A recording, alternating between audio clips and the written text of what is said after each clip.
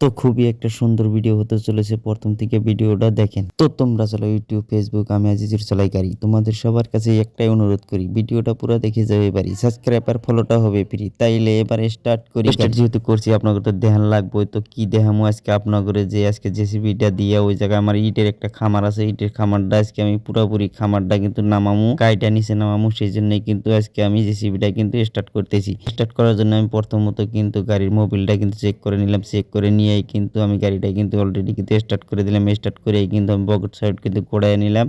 গোড়ায় নিয়েই কিন্তু আমি গাড়ি নিয়ে কিন্তু রওনা দিলাম তেল ভরানোর জন্য। কারণ তেল ভরানো লাগবো ফার্স্টে। কিন্তু তেল ভরানোর জন্য কিন্তু আমি রোডে যাই আছি। কারণ তেল ডিপু যাম ফার্স্টে যাই, তেল ডিপু যাই কিন্তু তেল ভরাম। আর এখান থেকে প্রায় কমসে কম ধরেন 3 কিলোমিটারের মতো জায়গা যাওয়া লাগবো আমার। যায় কিন্তু আমার তেল ভরানো লাগবো। কারণ 3 কিলোমিটার দূরে কিন্তু আমার তেল ভরানোর জায়গাটা মানে তেল ডিপুটা ওইখানে আছে। এই জন্য কিন্তু 3 কিলোমিটার আগে আমি যাবো, যাই আর কিন্তু তেল ভরাম। তো অলরেডি কিন্তু আমি 3 কিলোমিটার কিন্তু পাড়ি দেয় কিন্তু তেল ডিপুর কিন্তু সামনে কিন্তু আইসা পড়লাম। ডিপুর সামনে এসে কিন্তু আমি গাড়ি কিন্তু তেল ডিপুর ভিতরে কিন্তু অলরেডি কিন্তু গাড়ি কিন্তু তেল ডিপুর ভিতরে আমি ঢুকাই দিলাম গাড়িটা। তেলটা আমার আগে নেওয়ার দরকার, কারণ তেল না হলে তো আমি কাম করতে পারবো না। সেই জন্য কিন্তু গাড়িটা কিন্তু তেল ভরা নিয়ে আসলাম। তো অনেক একটা ভিড় আসছিল, কিন্তু ভিড়টা এখন ফুরাই গেছে গা। সেই জন্য কিন্তু গাড়িটা লাহে আগে নিয়ে আসলাম, কারণ ভিড়টা এখন কমে গেছে গা।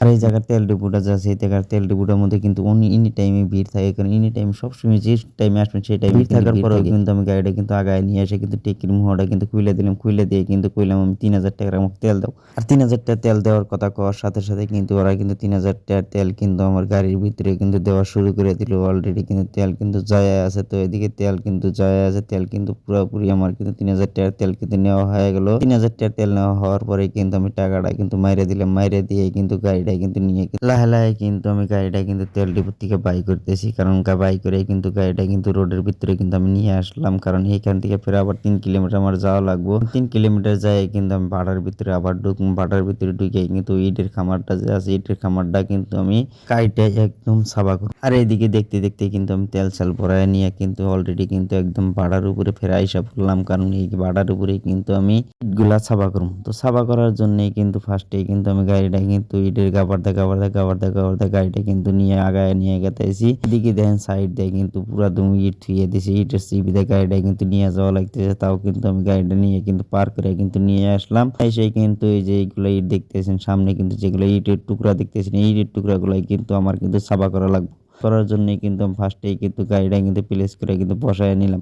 বসায় নিয়ে কিন্তু আমি পকেট দিয়ে কিন্তু ইটগুলা কিন্তু আগলা করে নিতেছি। আগলা করে নিয়েই কিন্তু আমি পরে কিন্তু লড়ার মারার জন্য কিন্তু ফার্স্টে কিন্তু পকেট দিয়ে ইটটা আগলা করে নেওয়া লাগতেছে। কারণ ইটটা পুরো হার্ড হয়ে হয়েছে। কারণ এই ইটের উপর দিয়ে কিন্তু বহুত গাড়ি সারি চলছে। সেই জন্য কিন্তু ইটগুলো পুরো টাইট হয়ে রয়েছে। সেই জন্য কিন্তু লড়ার মারবার পারলাম না। তো এখন আর কি করার, পকেট দিয়ে কাইডাই আমার মাটি ইটগুলো কাইডাকে একদম শেষ করা লাগবো। তো ভিডিওটা দেখে যদি কিছু ভালো লাগে লাইক কমেন্ট শেয়ার করবেন, চ্যানেলটাকে সাবস্ক্রাইব করবেন। দেখা হচ্ছে পরবর্তী ভিডিওতে। Tata bye bye.